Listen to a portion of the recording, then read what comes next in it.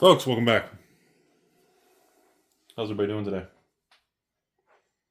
My name is Rudy. You're watching the Florida Man vlog series of one man's life of devoting everything to cardboard. 10 years on YouTube. 11 years trying to understand why. Today we do a follow-up video from 18 months ago.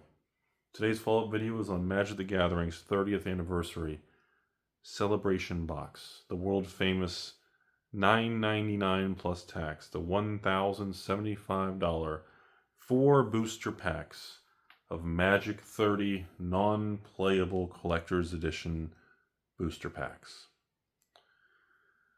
Very controversial.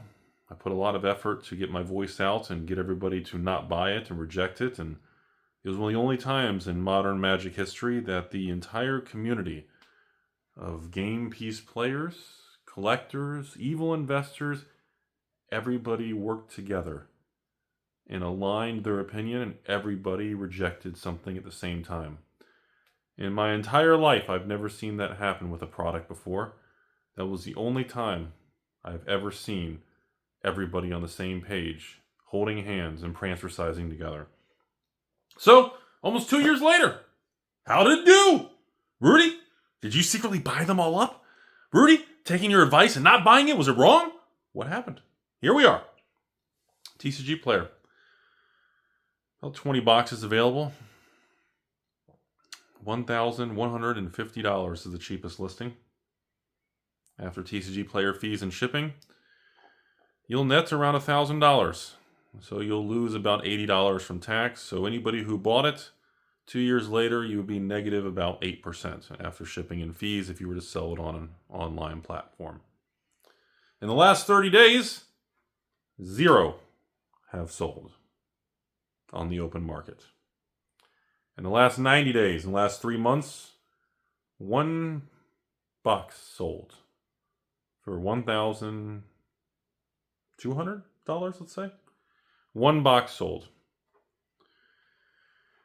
So, a lot of people speculated on these. I don't know if you guys remember, a couple months after release, there was kind of a little secret, special, rich people cabal that tried to work together to actually push the price up. They tried to push the price of Magic 30 boxes up to $1,500 to $2,000 a box, and well, they gave up when Wizards decided to send out a free box or 2, or 4 boxes to the big stores. When Wizards decided to send out pretty much like 10,000 free boxes to LGSs around the country. Well, they realized very quickly that you were not going to be able to support the market unless you inject. You're probably going to have to inject 10, 20, 30, even 40, $50 million to absorb that much supply and push the price up, and nobody ever did that because you're going to have to absorb a massive amount. So here's where it gets interesting in the video. 2 years later, the box prices are pretty much flat. If you bought it on the Secret Lair launch of $1,000 plus tax, you'd be down a little bit after fees and everything. But the single card prices got really interesting in the last 6 to 12 months. There is literally 0 demand for expensive, non-legal, different card back, collector's edition, modern version, vintage cards. And it's crazy to see some of the prices drop so much. I mean, I'm talking prices of the dual lands in Magic 30, prices of the Power 9, prices of the different rares.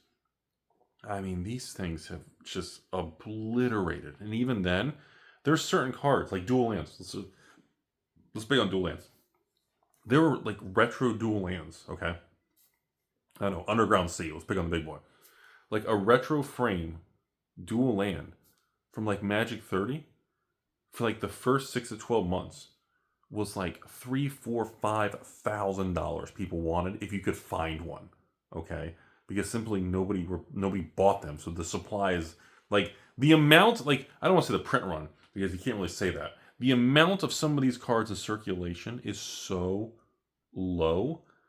I don't even know if there's like 20, 30 copies of some like a retro version that's a rare, because the way they distribute them in the packs, where you get your retro slot, and then if you're lucky, every so many packs there's a rare in the retro slot, and there's just not much out there. And I'm like, like a $3,000-$4,000 retro frame underground C. I've seen them now for like $300, $400, $500 online, and still nobody wants them. Because people are going to say, well, Rudy, why would I spend $500? Why don't I just buy Revive's underground C for $500? Why don't I buy a real one?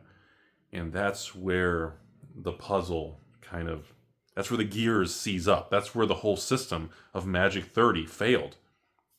The pricing, the design, and setting, that's why it failed. The numbers don't work.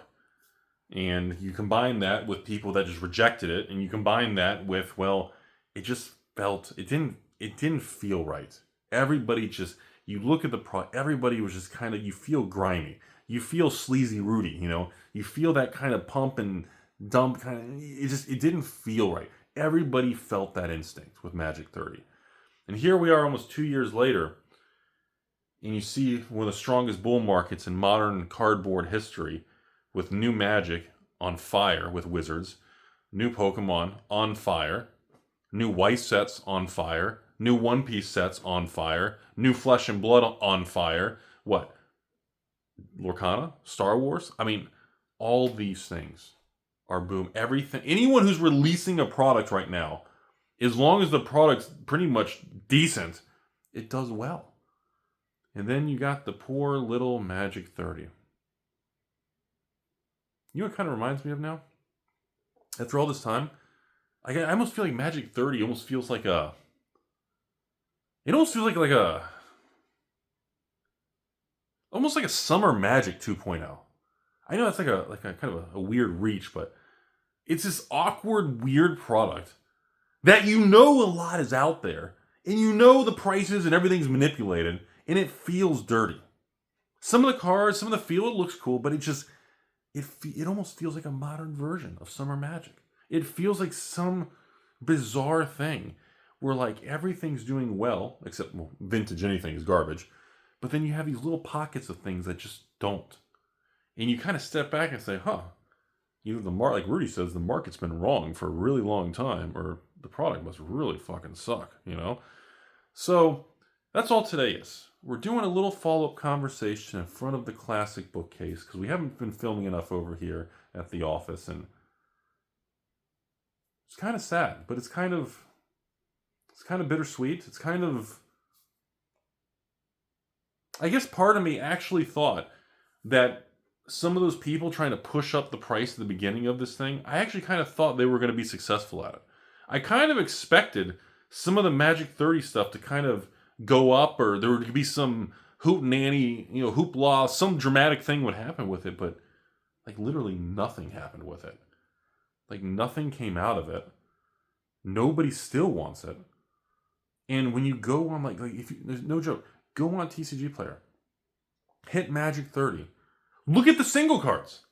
I remember when a Black Lotus in Magic 30, people wanted oh my god, $10,000, $20,000.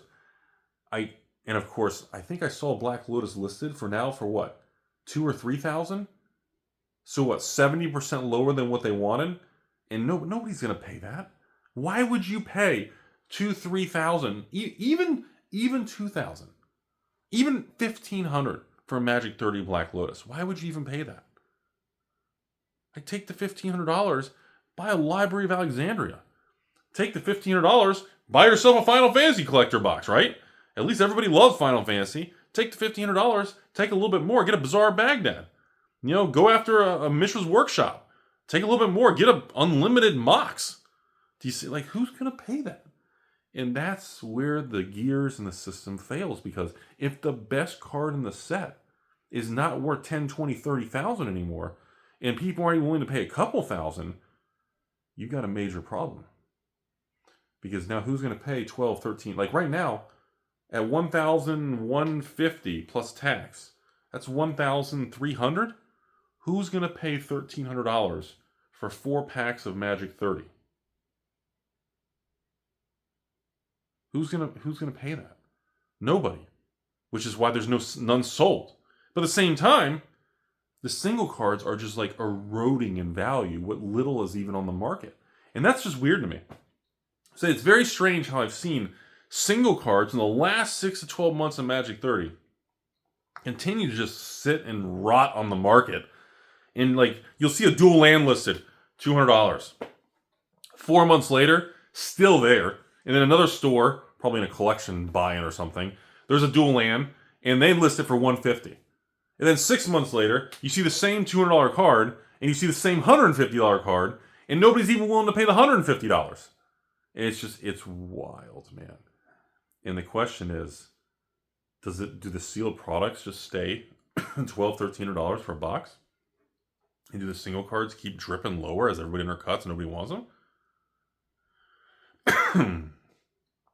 You know? I don't know. The point of this video is an interesting life lesson of when a company really screws up, no matter how much time goes by. It's still a failure. One of the biggest failures in modern history.